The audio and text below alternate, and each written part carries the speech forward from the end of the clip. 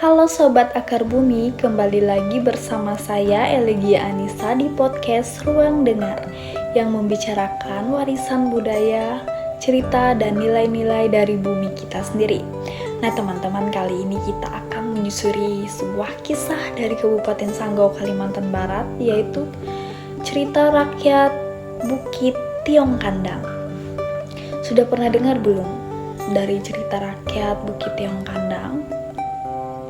Nah, kalau belum, duduk dengan santai karena cerita ini tidak hanya seru, tapi juga mengandung syarat makna dan kekayaan bahasanya loh.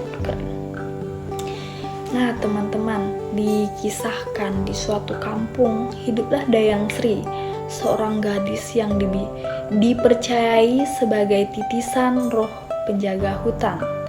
Suatu hari, datanglah seorang pria dari luar kampung yang mencoba merebut secara paksa, tapi Dayang Sri menghilang di sebuah bukit yang kini dikenal sebagai Bukit Tiong Kandang.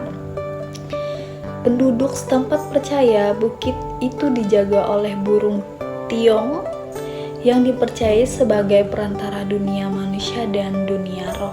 Keren sekali ya teman-teman, ada suatu bukit yang menjadi tempat perantara dunia manusia dan dunia roh. Nah, yang menarik dari cerita ini disampaikan dalam bahasa lokal Melayu, Sanggau, dan bahasa Dayak. Banyak ungkapan dan simbol yang digunakan seperti kata tiong sebagai simbol pesan dari roh leluhur, dan kata kandang bukan sekedar tempat tapi ruang sakral yang dilindungi, dan ucapan-ucapan berbentuk perumpamaan, pantun, dan manang yang berfungsi sebagai pelindung spiritual.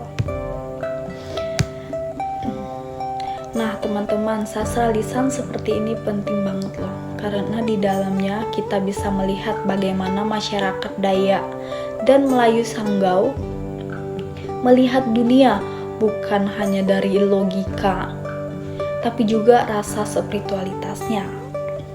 Nah teman-teman, cerita rakyat kali ini seperti ini mungkin terdengar sangat sederhana, tapi ia menyimpan nilai menghormati perempuan, menjaga hubungan dengan alam, dan juga tidak serakah atau sombong. Nah teman-teman, menurut kalian apakah cerita seperti ini masih relevan untuk generasi muda sekarang? Atau kamu punya cerita rakyat daerah kamu? Coba deh kamu rekam, kamu bagikan, karena kisah itu bisa jadi jembatan antar generasi. Oke, sekian cerita dari Bukit Tiong Kandang dari saya.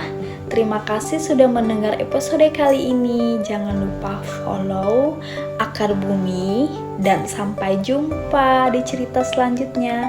Ingat teman-teman, tanah yang kita injak menyimpan cerita yang harus kita dengar. Bye bye.